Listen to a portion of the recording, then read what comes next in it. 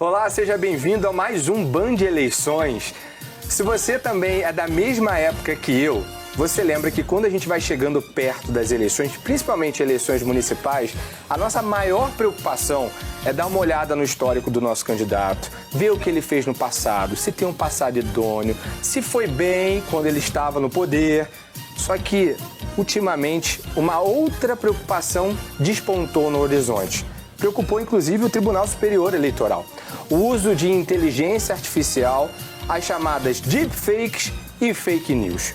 E para falar sobre esse assunto que é espinhoso, mas gostoso de debater, eu tenho dois convidados muito gabaritados. Primeiro, aqui do meu lado, o Carlos Afonso Souza, que é professor da Faculdade de Direito da UERJ, a Universidade do Estado do Rio de Janeiro, e também presidente do Instituto de Tecnologia e Sociedade. Seja bem-vindo. Obrigado, é um prazer estar aqui.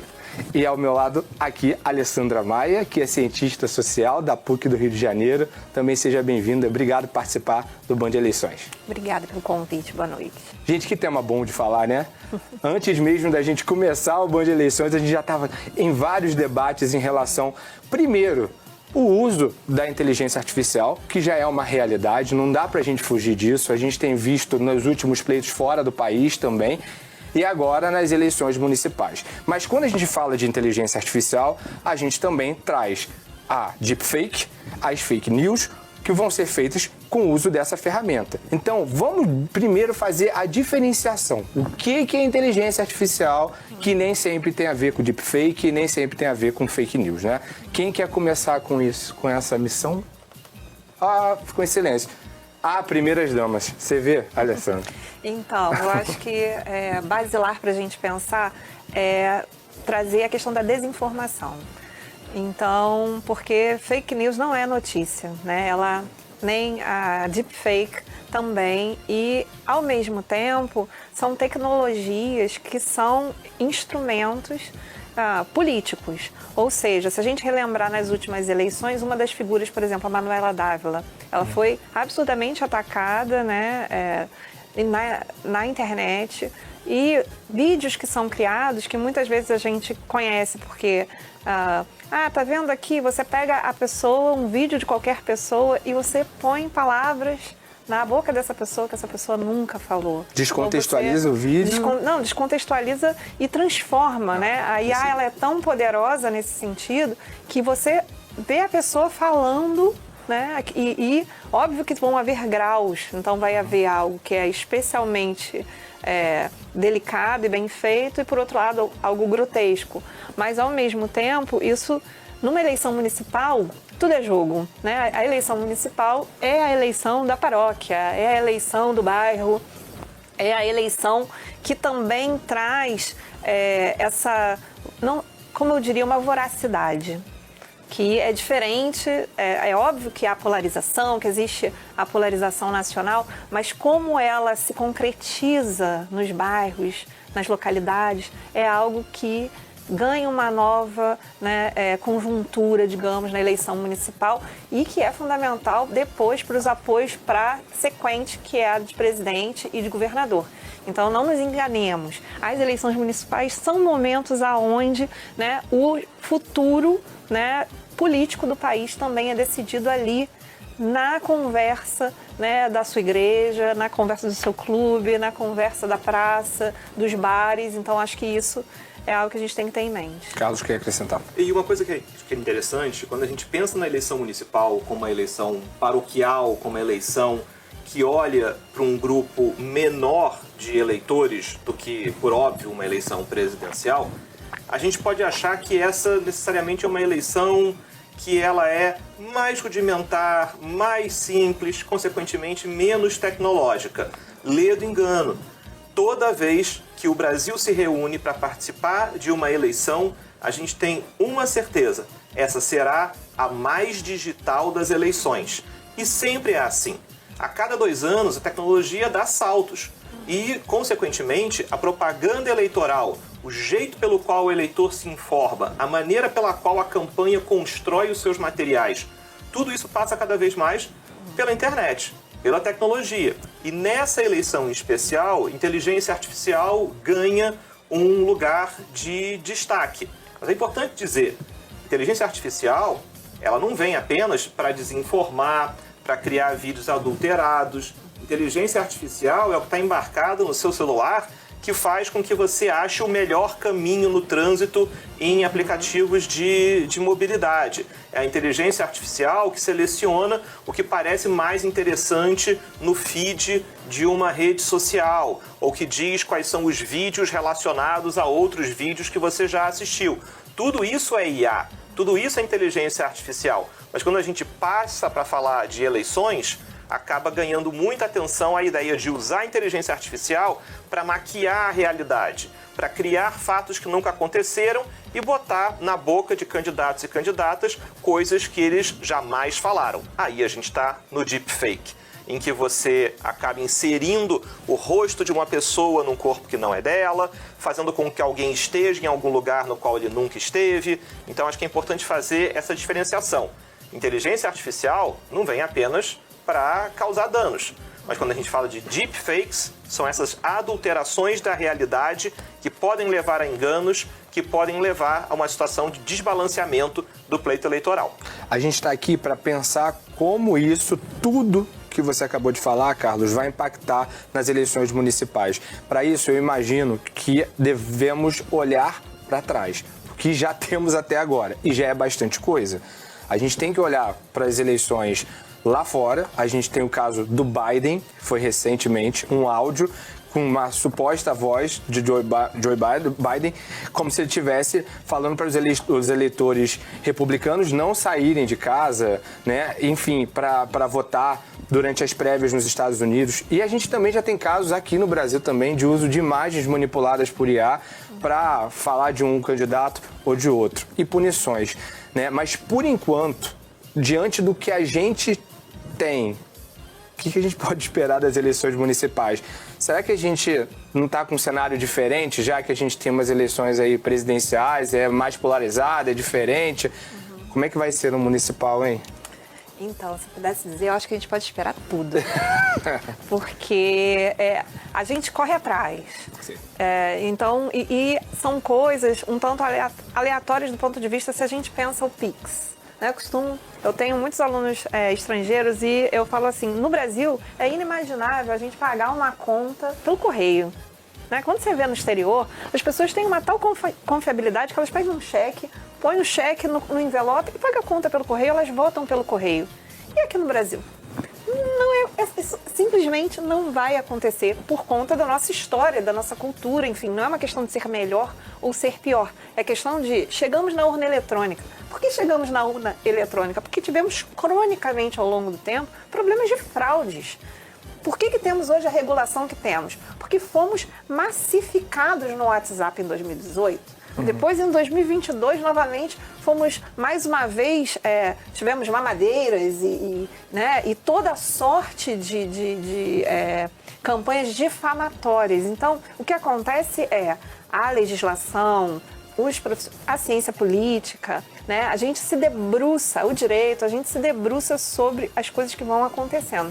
Mas certamente, né, eu fico até assim pensando, além da memificação, né, que a memificação é ótima, então memes, agora já tem um meme, né? Então tem o Haddad que virou tax, né? Tax Dead, enfim, mas por quê? Né? Porque a internet, para além da IA, a IA ela também é algo que é mediado pelo agente humano. Sim. Então, ela vai ter esse componente de algo que está em jogo na sociedade, que em alguma medida vai ser disputado na internet através da tecnologia. Então, também acho que vamos nos surpreender e vejamos o que vai acontecer. Né? A Alessandra falou em relação ao Brasil sair na frente em vários assuntos quando se trata de tecnologia e quando se trata também de pleito de eleições. E a gente saiu de novo na frente em fevereiro, o TSE, o Tribunal Superior Eleitoral, decidiu regulamentar o uso de inteligência artificial durante as eleições. Para isso, elencou 12 regras. A gente vai falar um pouquinho sobre essas regras e eu peço para o Carlos para a gente traçar aí o que o TSE pensou, né? Qual foi o debate para criar essas regras. Primeiro de tudo, não pode a tal da deepfake. Não pode a tal da deepfake. E acho que para deixar bem claro alguns dos pontos principais da resolução do TSE sobre propaganda na internet. Primeiro, um olhar sobre o que é inteligência artificial. Então, toda vez que a campanha se utilizar de inteligência artificial para criar um vídeo, uma foto, um conteúdo de maneira a alterar a realidade, isso é importante dizer, porque a gente vai usar IA para tudo, para melhorar a qualidade do som de uma determinada gravação. Para isso está tudo certo. Mas se você usar para alterar a realidade de maneira significativa, vai ser preciso que você crie uma identificação. Ou seja, toda vez que eu utilizar a inteligência artificial para criar um conteúdo de maneira significativa, eu tenho que dizer, esse conteúdo foi feito através de inteligência artificial. Então, a primeira questão que aparece muito claramente na resolução do TSE é essa etiquetagem, rotulagem de conteúdos criados por inteligência artificial. Obviamente, o TSE, então, decidiu regulamentar. Tem aqui as leis, as regras são essas. Só que vai caber a cada juiz das comarcas regionais decidirem em relação ao que acontece ali dentro da sua região. E aí que demora a confusão, porque o entendimento de um juiz pode ser totalmente diferente do outro. E eu acho que esse vai ser um dos pontos mais importantes dessa eleição. Porque diferente da eleição de 2022, muitos debates que nós tivemos sobre redes sociais, remoção de conteúdo, eles estavam centralizados na figura do TSE, porque os grandes casos eram casos que diziam respeito ao conteúdo da disputa presidencial. Agora, como a gente pulveriza nas disputas municipais, nós temos os juízes eleitorais na ponta, aplicando a resolução do TSE. Então, de certa maneira, a gente imagina que nós vamos progredir para uma certa harmonização, mas essa harmonização não vai existir na largada. Então, quando começa o pleito eleitoral, a gente vai começar a ver muitas decisões espalhadas que vão oferecer interpretações diferentes sobre essa resolução. E, em especial, lembrando que essa resolução também traz um dispositivo que responsabiliza as redes sociais caso elas não removam conteúdos que sejam de discurso de ódio, que impliquem em desafios à integridade do processo eleitoral, que promovam ataques a candidatos. Então, tudo isso faz com que o juiz eleitoral, na ponta, vai decidir se aquele conteúdo foi removido ou não foi removido, deveria ser removido ou não deveria ser removido. E isso pode levar a situações de responsabilidade das empresas. E a gente vai ver essas decisões aparecendo de uma maneira bastante importante nessas eleições. Nos últimos meses a gente já teve 6 tribunais regionais que decidiram então em relação a casos de deepfake com base nessa regulação, nessa regulamentação do TSE. Gente, o papo tá muito bom, mas a gente precisa dar uma pausa, tá bom? É rapidinho, daqui a pouco a gente volta para conversar mais sobre deepfake, fake news e uso de inteligência artificial nas eleições municipais.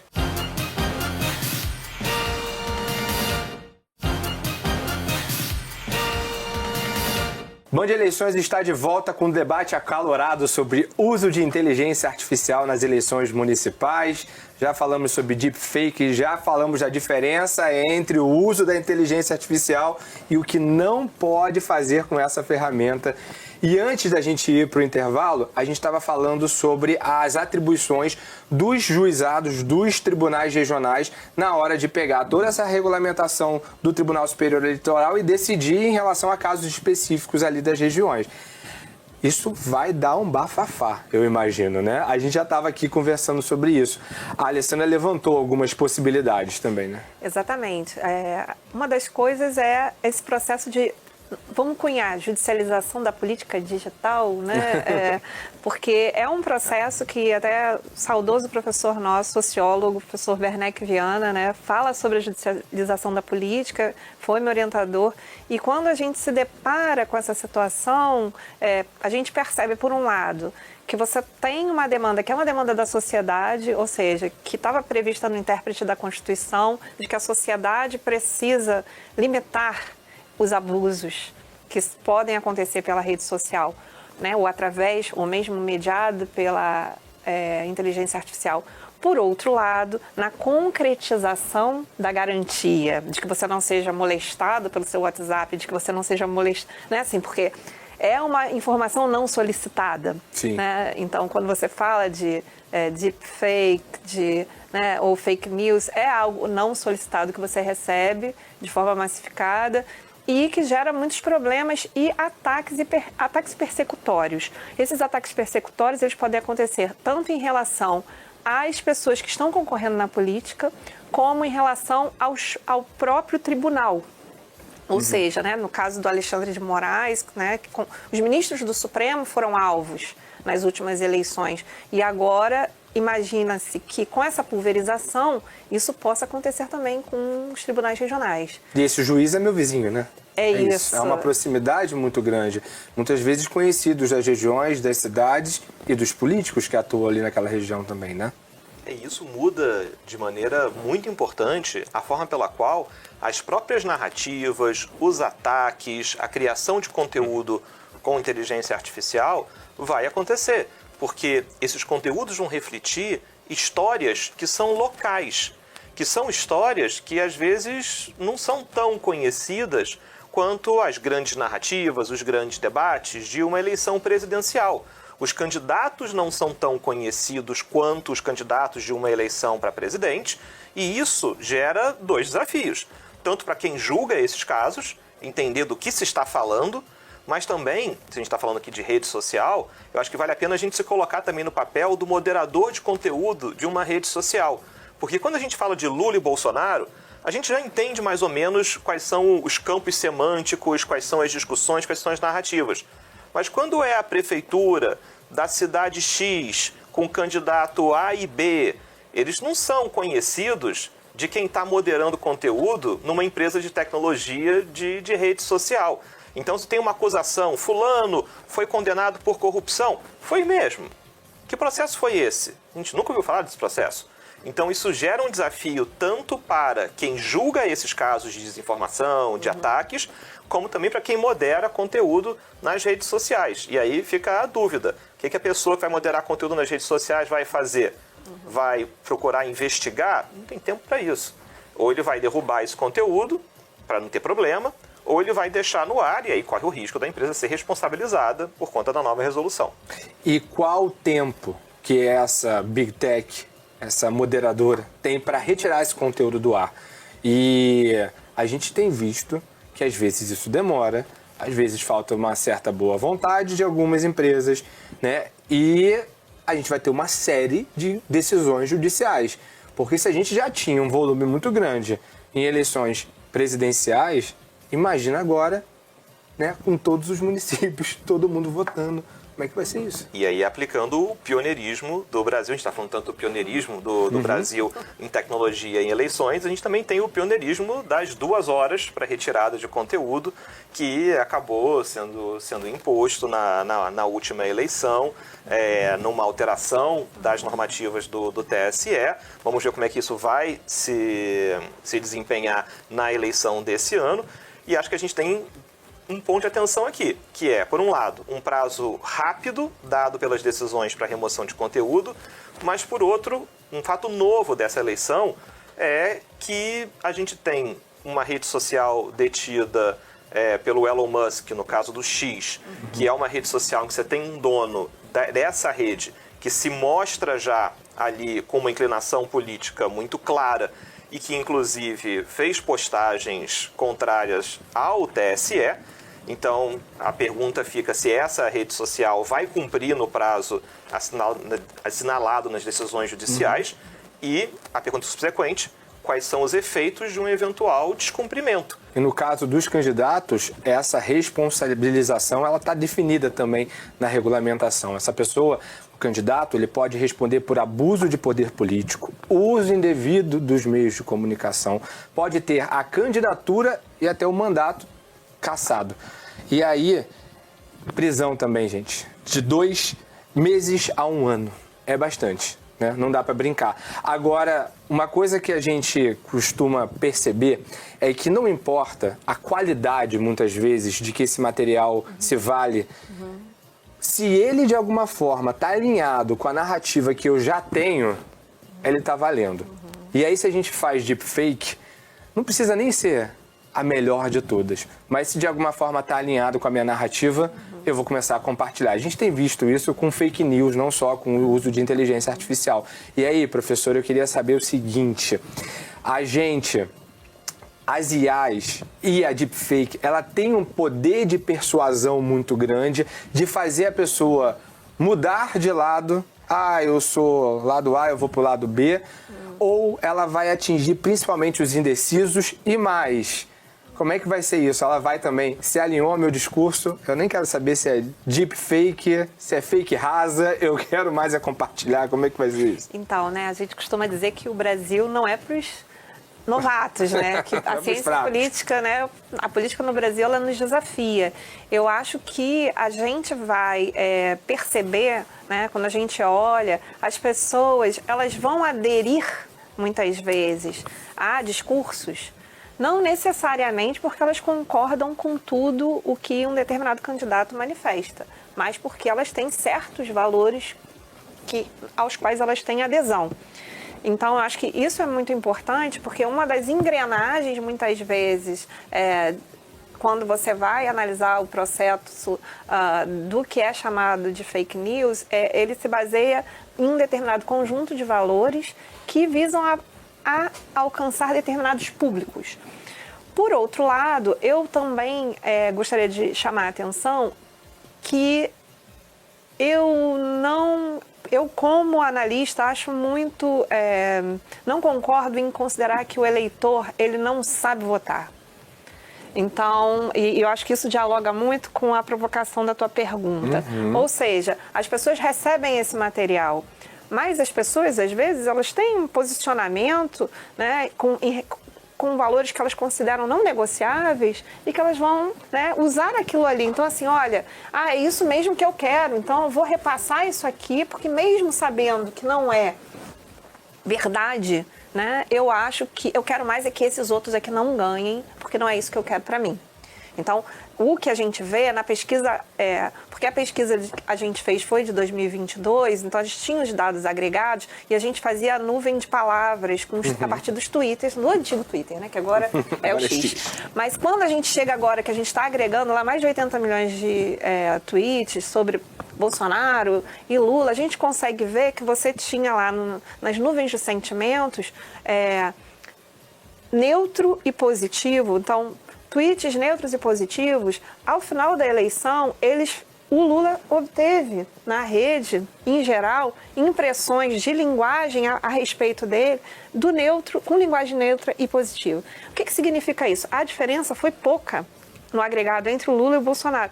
O que significa isso? Significa que exprime um pouco o mood, né? Assim, o sentimento geral estabelecido. Eu acho que isso é interessante pensar o seguinte, porque é uma eleição marcada, muitas vezes, por discurso de ódio, mas, ao mesmo tempo, o que prevaleceu, o que as pessoas consideraram e que foi definitivo para o voto delas, também pode ser encontrado na rede, que é o discurso positivo e neutro, do ponto de vista da agressão, como aquilo que o eleitorado escolheu.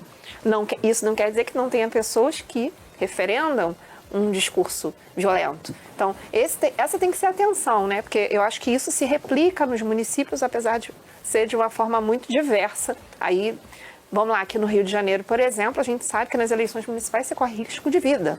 Então, a gente já teve vereadora, né, Marielle, assassinada. A gente teve vários pré-candidatos agora na Baixada Fluminense também. Pois é, então, digamos que a Justiça Eleitoral aqui, né, ela vai ter essa questão, por exemplo, de uma ameaça de morte no Rio, quando você pensa em Rio de Janeiro, né, ela é algo que vai precisar de coordenação nacional. Então, acho que é um desafio também, do ponto de vista do Tribunal Superior Eleitoral, coordenar essa burocracia, porque no final das contas a atuação dos juízes regionais, ela é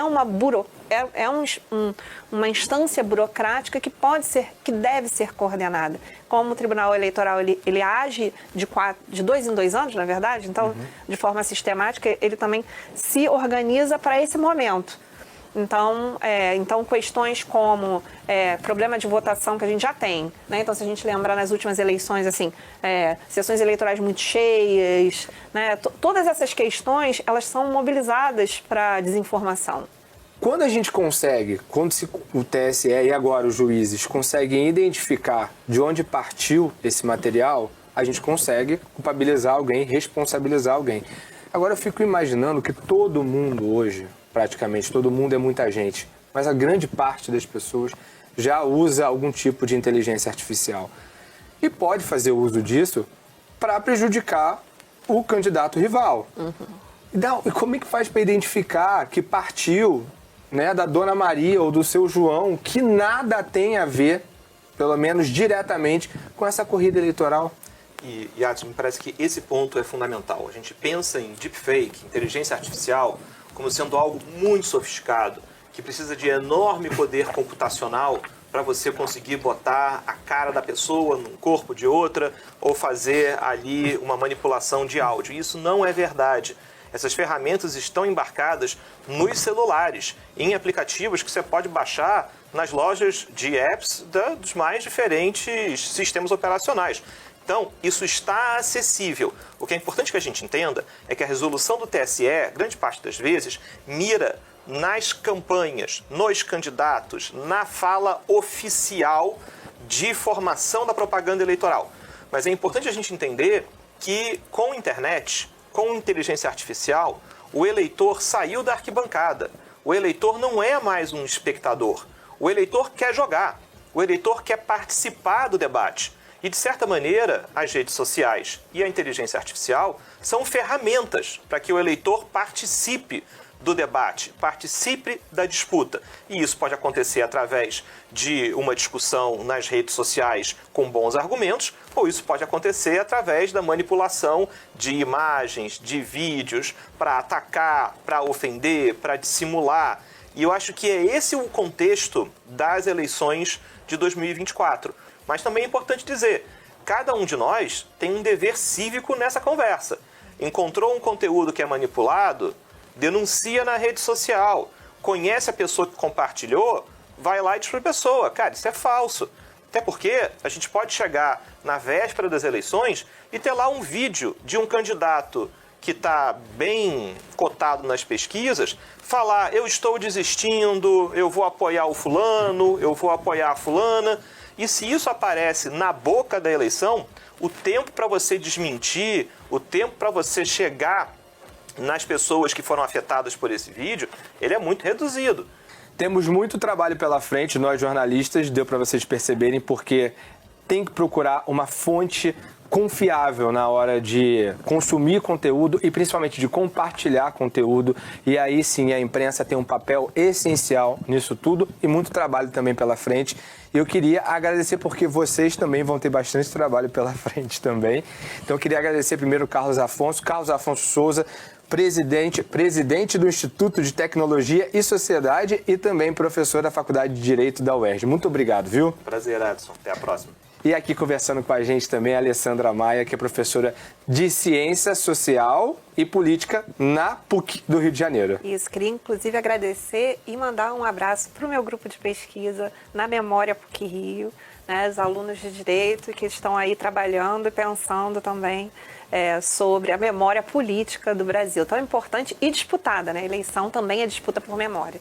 Quero muito agradecer a participação de vocês. Com certeza não esgotamos esse assunto, ainda vamos falar sobre inteligência artificial, fake news, deepfake muito na tela da Band, mas esse episódio do Band Eleições 2024 fica por aqui. Até a próxima!